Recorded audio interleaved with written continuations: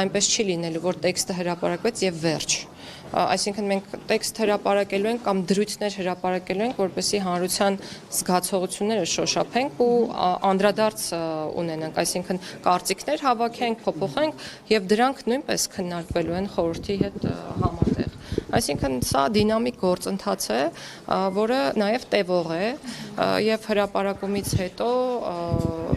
չի նշանակելու հրապարակումը, որ աշխատանքները այդ կետում ավարտվում են, այլ նշանակում է հակառակը, որ աշխատանքները նոր տեմպով շարունակվելու են։ Այսինքն դեռ հանրային քննարկումներ եւ այլն։ Այո, միանշանակ, առանց դրա չի կարող լինել։ Մարդկանց կարծիքն եք նաեւ լսում, հետ են գնում, նորից քննարկում եւ այլն։ Օրինակ մարդիկ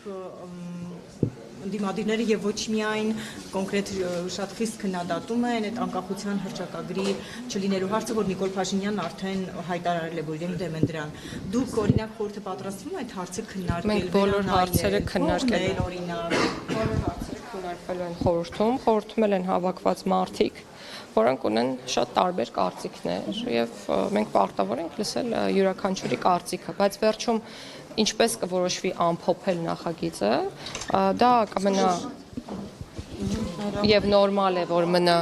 կառավարության հայեցողությանը եւ դրանից հետո կրկին որոշողը լինելու է Հայաստանի Հանրապետության քաղաքացին։ Եվ դիվացելու վերջ, էսելու ավարտում եմ ես այս թեման, ընկերներ կներեք։ Հա, Տիկին Գալյան, իսկ երբ այսպես է, չի կարծես թե առաջին օղակը որտեղ պիտի հաստատվեր քվեարկեին, Սահմանադրական բարեփոխումների խորհուրդն էր, որը որոշմամբ ստեղծվել էր, լուրջ կառույց է, այսպես։ Ու Նիկոլ Փաշինյանը մինչև խորհրդի հաստատելը արդեն հայտարարում է, որ իրանք կողմ են, իրենց թիմը որ մեծամասնություն է, իշխանություն է, որ չլինի անկախության հռչակագրին հղում նոր նախագծում։ Սա օրինակ ճիշտ է, երբ իր որոշումը մինչև խորհրդի քվեարկությունը հայտարարում արդյոք չի նշանակում, որ այդպեսով ազդեց խորհրդի կարծիքի վրա։ Թող չազդվեն։ Հիմա ասենք ինչ ես ուզում եմ հասկանամ, էլի, տեսեք, դուք այնպես եք ներկայացնում կամ ամեն դեպքում իմ ականջին է այդպես հնչում, որ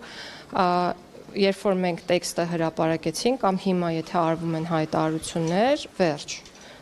Արվում են քաղաքական հայտարարություններ, վարչապետը քաղաքական պաշտոն զբաղեցնող անձ է, իրավունք ունի հայտարարել այն, ինչ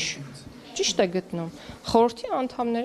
անդամներն են, իրավունք ունեն հայտնել իրենց կարծիքը հրապարակայնորեն այդ թվում, եւ ես նախորդ անգամ նշեցի, որ խորհրդի նիստերը բաց են, կարող եք գալ եւ լուսաբանել, եւ ցանկալի է գաք եւ լուսաբանեք իրականում, բայց հաճախ չեք գալիս։ Հա, իդեպ ինչի չեք գալիս։